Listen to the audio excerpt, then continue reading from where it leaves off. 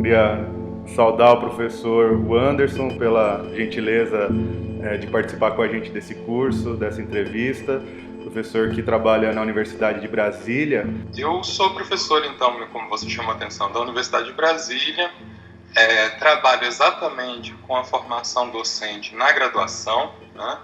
E na pós-graduação trabalho com interfaces entre o pensamento político, né, e a bioética, né? Ou seja, eu estou nessas interfaces da filosofia com outras áreas do conhecimento, né? No que diz respeito à formação docente, que é exatamente a minha especialização mais importante, eu venho me ocupando exatamente da inserção, né, dos conteúdos de história e cultura africana e afro-brasileira na formação docente, para capacitar professores e professores para o trabalho no ensino médio, sobretudo, né, com o ensino de filosofia voltado para a filosofia africana.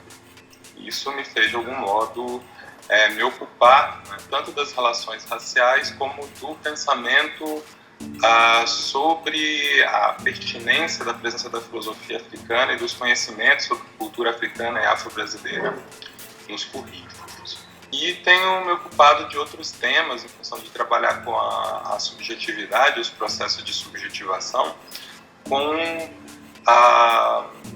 interfaces com os direitos humanos, não é, com a ciência política, com a psicologia e com a educação de um modo geral. E eu queria começar então por aí a nossa conversa. Você nos ajudasse, enfim, apresentando a sua perspectiva sobre o que seja cultura, né? Sabendo que você fala então desde um lugar que é da filosofia, então a gente pensaria na contribuição de um filósofo apresentando o conceito de cultura, mas ao mesmo tempo um filósofo tem esse interesse interdisciplinar. Então isso tudo considerado de maneira muito livre, né? Eu perguntaria o que é cultura na sua perspectiva? Da mesma maneira como em qualquer outra área, né, do conhecimento que se ocupe desse conceito, eu tenho observado que também a filosofia enxerga de modos muito diferentes a cultura, né? Então, a minha aproximação desse conceito pensa a partir dessa pluralidade de olhares a própria noção de cultura. Eu tendo a pensar a cultura, né, como um conjunto de signos, de valores, de práticas, de discursos que organizam a relação dos indivíduos com o seu tempo histórico e com a sua sociedade. Eu não penso que a cultura seja um conjunto fixo ou estático de marcas e nem que ela seja um oposto da noção de natureza, né? Como se fosse uma espécie de agência sobre a natureza, ou seja, um mundo tranquilo e estático e as agências ou as atuações dos seres humanos, né, operam de modos diversos sobre essa natureza. Eu não penso a cultura dessa maneira. Acho que a cultura está muito mais vinculada com o modo como os seres humanos veem, acreditam e operam entre si e acabam com isso constituindo uma relação com o mundo que também é constituído nessa mesma relação. Ou seja, a cultura passa por um modo de olhar, né, as relações dos seres humanos entre si, constituindo, né, um espaço no qual eles vivam, né?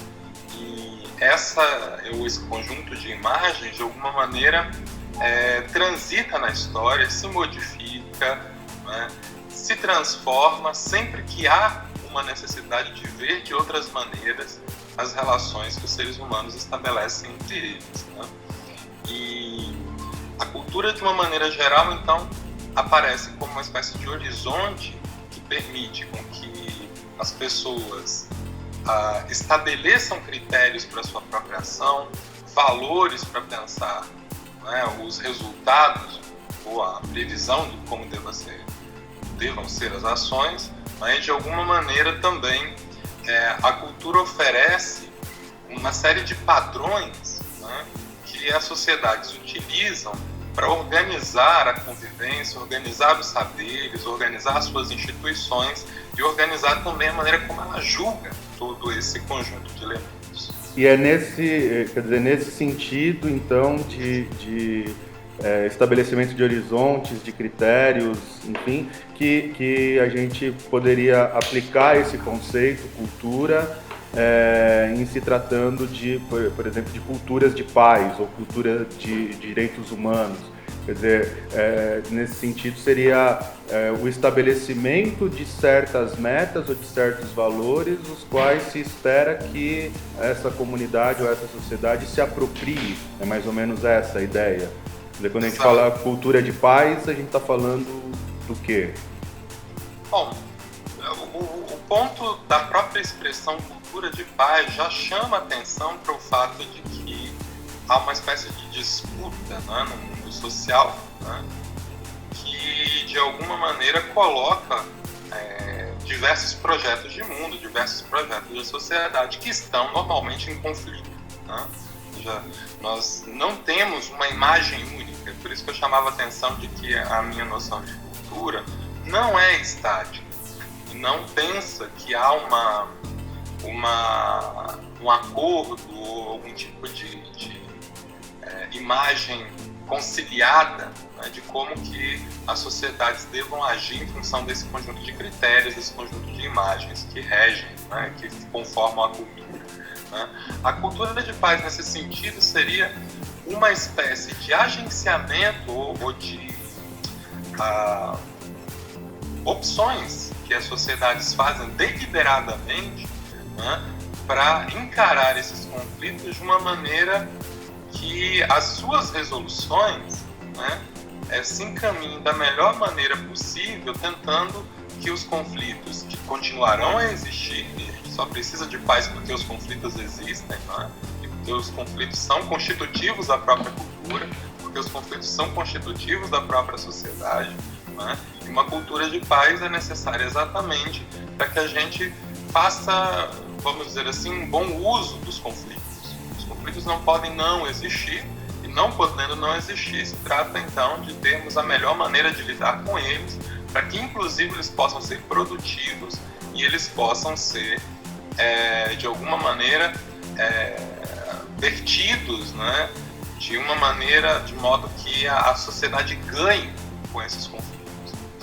Uma cultura de paz não se trataria de criar uma sociedade sem conflitos, mas de uma sociedade que de alguma maneira consiga lidar bem, que o conflito não se transforme numa matéria destrutiva.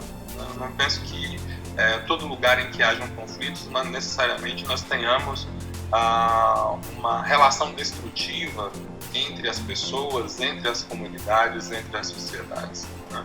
Para mim parece que uma cultura de paz é uma espécie de recorte no conjunto amplo de critérios que a cultura comporta, né, para que consigamos lidar, né, com os conflitos de uma maneira que esses conflitos enriqueçam os contatos sociais e que a gente consiga lidar bem com esses outros projetos de sociedade, com esses outros projetos de futuro, com esses outros projetos de história, né, para além daqueles que aparecem hegemonicamente, ou que aparecem mais protegidos pelos padrões de poder que as sociedades comportam.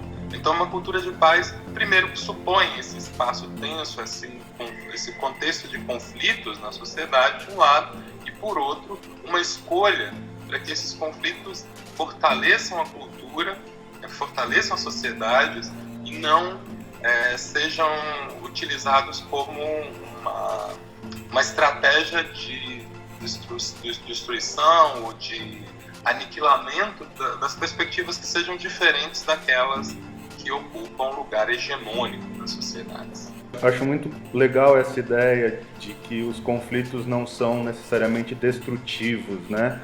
Porque me parece que um dos traços característicos do que a gente poderia chamar de uma cultura brasileira é justamente essa intenção sempre de amenizar os conflitos, muitas vezes escondendo eles ou omitindo-os, né? Quer dizer, não enfrentando e de fato procurando um ponto de conciliação. E algo que você chama a atenção e que eu queria ressaltar é justamente essa ideia de que os conflitos eles podem ser propulsores do desenvolvimento social em diversas frentes.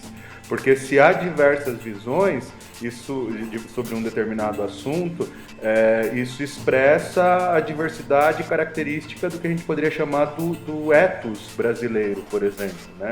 Mas há setores diferentes da sociedade que defendem coisas diferentes. Então, ou nós fragmentamos completamente essa sociedade, ou nós construímos justamente essa mediação de maneira propositiva e não destrutiva, como você fala, né? Eu te perguntaria, pode ser meio clichê, mas para ouvir a sua perspectiva a esse respeito, se daria para a gente falar, por exemplo, de um ethos brasileiro ou de uma cultura brasileira, ou se nós precisaríamos necessariamente falar sempre no plural, né? Falar de culturas diversas que compõem um grande todo. Essa é uma das perguntas que pode ter uma resposta clichê, mas que também é uma pergunta sempre armadilha, porque nos obriga a olhar para a nossa própria história, pensando que, para mim, a cultura está sempre vinculada com esses processos históricos, né, mas que se apresenta sempre como um conjunto, né, um conjunto de critérios, ou seja, não é um critério único, não é uma perspectiva única, não é um elemento histórico que organiza valores, práticas artísticas, valores estéticos, políticos, éticos, né? No caso da cultura brasileira, e que eu penso de qualquer cultura, eu vejo sem nenhum problema a possibilidade de falar em uma cultura no singular, porque a própria palavra cultura no singular implica já um conjunto aberto, múltiplo, dispar, porque comporta conflito, porque comporta diversidade de elementos. Não tem nenhuma cultura monolítica no que diz respeito à relação entre sociedades e pessoas e grupos. Isso não se verifica em nenhuma experiência histórica. Nenhuma cultura é monolítica, né?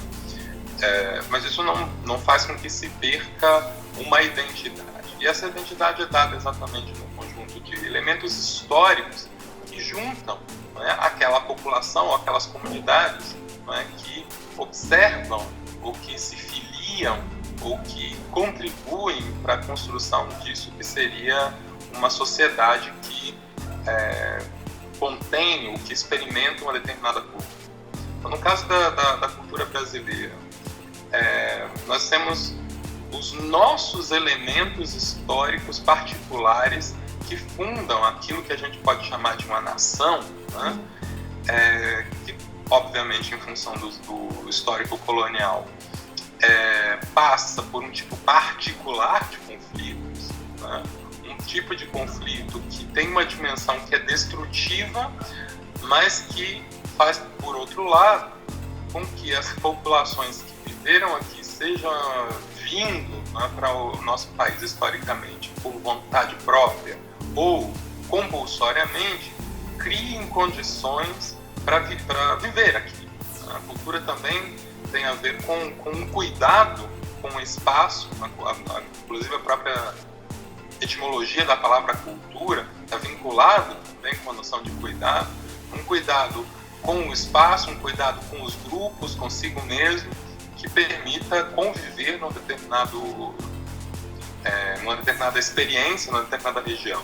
E no caso específico da cultura brasileira, nós temos elementos de várias origens históricas, as origens autóctones, né, das populações indígenas, que, embora negadas, de alguma maneira se incorporam, seja na língua, seja no modo que a gente enxerga e prevê as relações sociais, os elementos africanos e os diversos elementos europeus e asiáticos que chegam também ao nosso território, né, que acabam tendo que encontrar uma maneira de conviver, né, e esses elementos criam uma espécie de olhar novo quando articulados, né, que permitem com que nós possamos ter um modo de enxergar as coisas, né, de valorar e de interpretar a nossa própria realidade, né.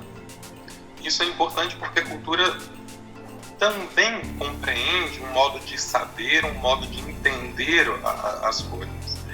E a cultura brasileira tem um modo de olhar que é tributário, que é herdeiro dessas diversas outras formas de olhar, ver, pensar o mundo, desses diversos povos outros que constituíram a sociedade brasileira, né? Não só, obviamente, o europeu, o indígena e o africano, pensando que essas identidades não são também elas mesmas monolíticas, vieram para cá diversos povos europeus, assim como diversos povos africanos, assim como tinham aqui anteriormente também diversos povos que hoje nós chamamos de indígenas, né? E a chegada tardia de pessoas do Oriente, né? Além das heranças dessas próprias culturas anteriores, né? Sejam as indígenas, sejam as africanas, sejam as europeias, né? Que também tem uma diversidade interna. Bom, então se tem alguma coisa que caracteriza de saída, né, a cultura brasileira, é exatamente essa sua pluralidade, essa sua multiplicidade de olhar,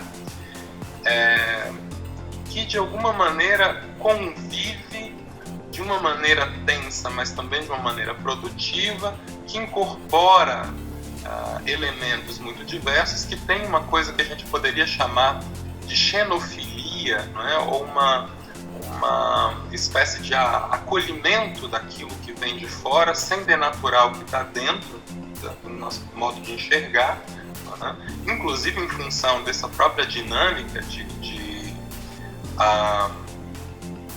constituição da própria cultura nacional, com diversos elementos de regiões do mundo diferentes, né?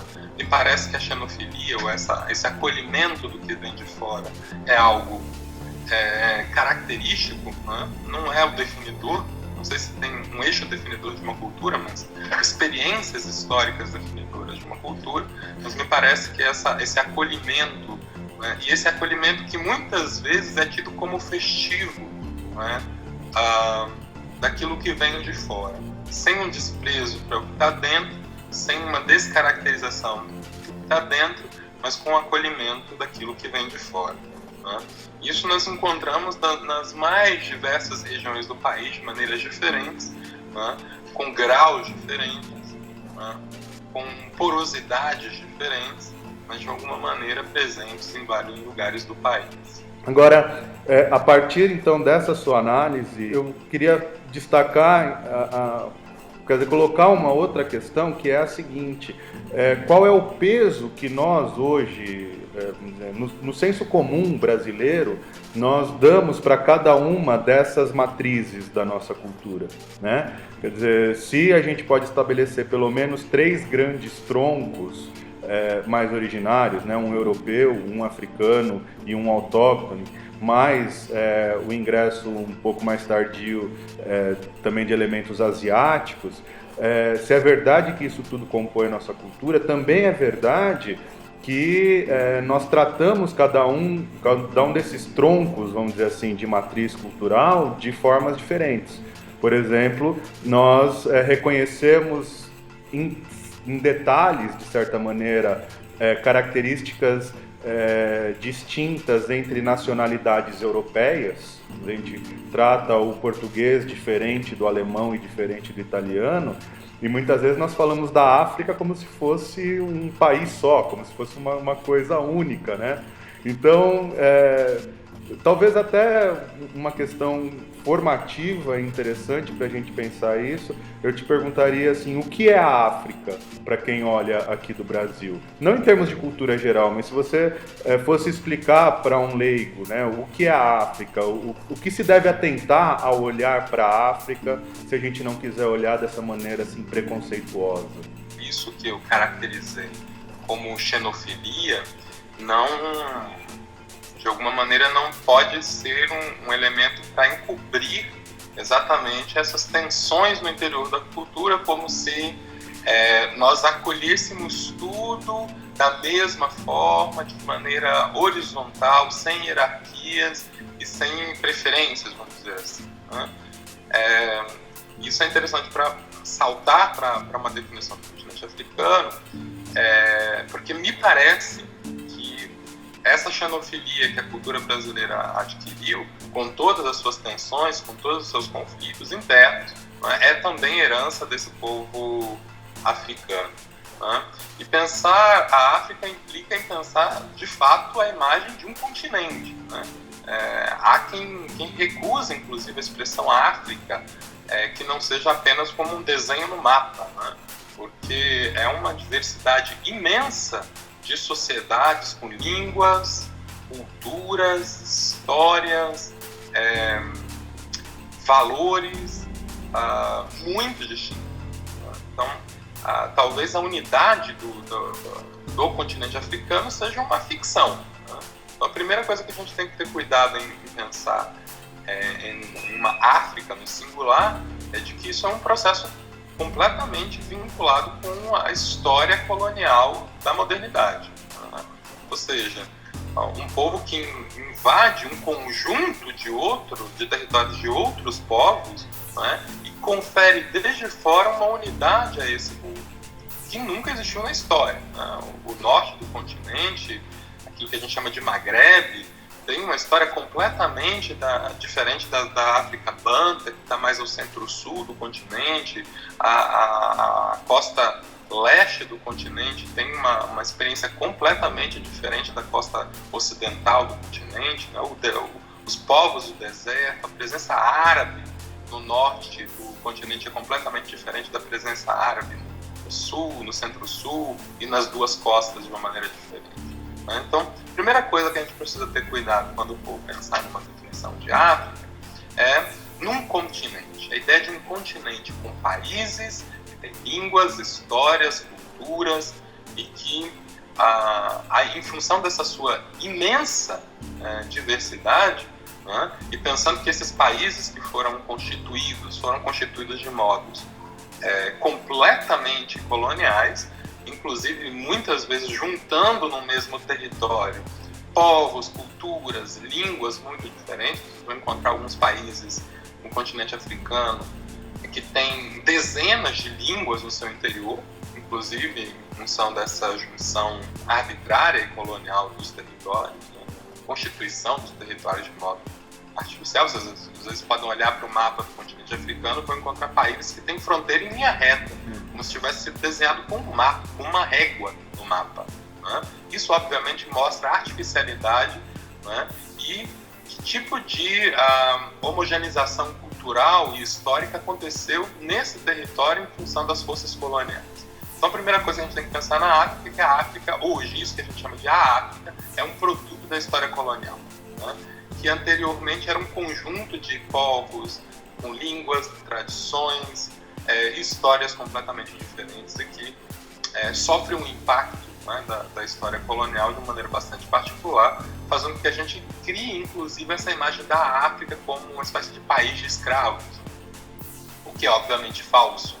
A África é um continente, como qualquer outro continente, é composto de um conjunto imenso de povos com histórias, culturas, línguas e tradições diferentes.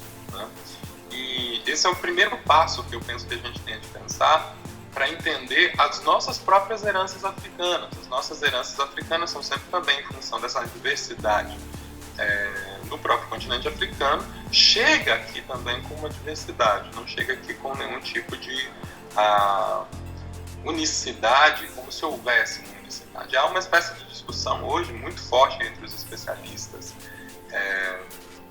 em história africana, em história de culturas africanas, em saber se existe ou não uma unidade cultural africana. Alguns autores chamariam a atenção, defenderiam a unidade cultural africana no que diz respeito à África Negra, ou seja, a África que está abaixo do deserto do Saara. E outros autores, ainda assim, discordam dessa unidade cultural, pensando que essa unidade talvez seja muito mais criada em função de uma resistência aos processos de colonização do que de uma natureza mesma do continente. Eu tendo muito mais a me alinhar a essa segunda perspectiva, em pensar que se há alguma unidade cultural, seja uma unidade de resistência aos processos coloniais. não com relação à língua, história, cultura ou um padrão de valores, né? Mesmo que isso que a gente normalmente atribua ao que seria comum na tradição africana, né? Essa ideia de uma unidade cultural africana, seja comum em qualquer outra cultura do planeta, né? Que tem a ver com uma relação com ancestralidade, uma relação com a sua própria história. Isso não é exclusivo do continente africano. Pode ser muito complicado de pensar a redução de um continente inteiro a uma única ideia que simplifica, né, aquilo que é a dinâmica histórica do continente. Considerando que a gente fala nessa entrevista principalmente para educadoras e educadores, acho que um assunto relevante é a introdução do ensino, né, de história e cultura africana e afro-brasileira no currículo. Porque, veja, se há uma legislação específica que indica que isso deva ser feito, é simplesmente porque não era feito naturalmente. Quer dizer, como a história dessa diversidade que a gente chama de África esteve fora do que a gente chama de história universal, é preciso um dispositivo da lei que, de certa maneira, obrigue, no sentido de direcionar os educadores, as educadoras, para essa reflexão. Por outro lado, nós sabemos que as pessoas não estão preparadas para lidar com isso, né? Então, me parece que surge um problema que eu chamaria de um bom problema. Quer dizer, eu que sou professor, não aprendi na minha formação esses elementos da história e da cultura africana e afro-brasileira, e agora me vejo numa situação, vou dizer, incômoda, né, de ter que ensinar algo que eu não aprendi. Claro que isso é parte de um processo de mudança histórica. Talvez daqui 2 ou 3 gerações, os professores, as professoras, na sua formação já estejam melhor preparados para isso, né?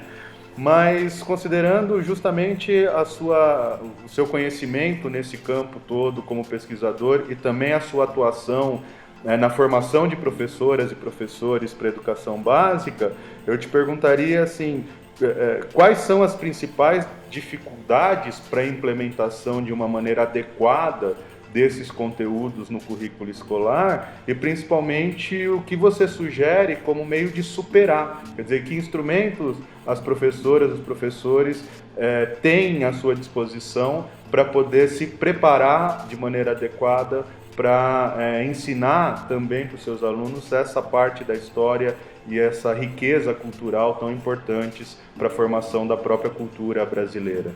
É sempre complicado porque a gente tem que começar pelos desafios, né, dessa tarefa que nos foi dada pela alteração da LDB em 2003, né, que foi ampliada em 2008, se soma, né, a tarefa de ensinar história e cultura africana, né, foi dada em 2003 na alteração do artigo 26A, na inserção, na verdade, do artigo 26A da LDB. Ele é alterado depois de 2003 em 2008, aliando, né, junto à história e cultura africana e afro-brasileira, também a história e cultura indígena.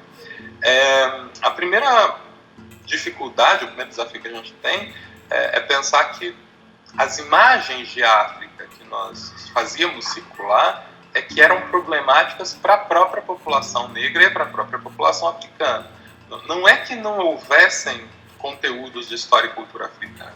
O que se fazia era uma espécie de redução da história e da cultura de um vasto continente ao papel de força de trabalho escravizado, né? Ou seja, uma redução de toda a experiência. É verdade que os africanos e as africanas foram escravizados, mas reduzir toda a sua experiência histórica, né, a sua cultura, o papel e a condição de força de trabalho escravizada é completamente, na melhor das hipóteses, simplificadora, né, da experiência dessas populações. Você perde, né, essa matriz de conformação de olhares, de valores, de crenças, de práticas que, de algum modo, constitui a nossa própria história e a nossa própria cultura brasileira, né? Acho que o primeiro ponto é desconstruir, né, mudar a mentalidade no que diz respeito às imagens da África, né? Ou seja, talvez desconstruir a própria noção de África como uma coisa só. Sempre pensar num continente africano cheio dessas multiplicidades que constituem a história de qualquer continente do mundo. Essa imagem simplificadora do continente africano é exatamente aquilo que, de algum modo, nos leva a pensar por que eu vou procurar mais elementos se parece que é tudo uma coisa só. Então, qual é o ganho que a gente tem efetivamente em abandonar a imagem do africano e da africana como escrava ou escravo, né?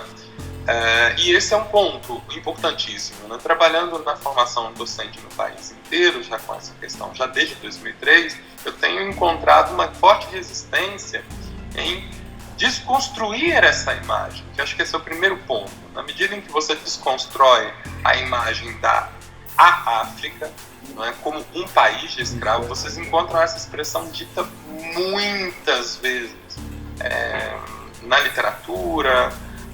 Tem um famoso vídeo do MEC que inclusive reproduz essa mesma frase, né, essa expressão, e isso de alguma maneira é um dos empecilhos fundamentais, né? Porque na história da formação docente a gente sempre encontrou um conjunto novo de conteúdos que fez com que professoras e professores tivessem o tempo inteiro que estarem se atualizando, né? Ou seja, de maneira que aquele professor ou aquela professora esteja entrando em contato sozinho ou sozinha, através de material didático, através de uma pesquisa individual, de um conteúdo que aquela pessoa não estudou na sua formação.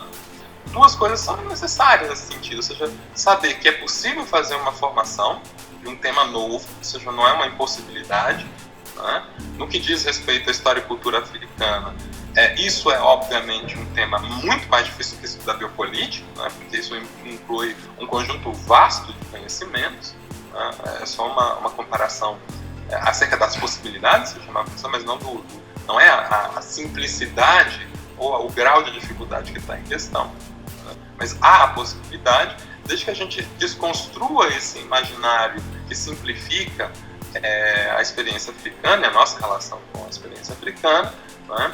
E ao mesmo tempo um incentivo de políticas públicas no que diz respeito à produção de materiais didáticos, ao acesso à produção historiográfica e cultural do continente africano. Nós temos uma dificuldade muito grande de trânsito de materiais produzidos no próprio continente africano e o Brasil. Na medida em que a gente desconstrói essa imagem, pode ter um acesso menos exotizante à literatura, a produção do cinema, né? O cinema africano é um cinema riquíssimo. Ver como que as africanas e os africanos se representam a si mesmos nas artes, na literatura, no cinema, na escultura, né? E entender que não são povos sem ciência, não são povos sem pensamento, não são povos sem história, né? Isso foi uma imagem preconceituosa que se constituiu na história do Ocidente, né? E que o Ocidente produziu essa imagem. E isso é um desafio. Desexotizar o nosso olhar no que diz respeito tanto às culturas africanas como às culturas indígenas.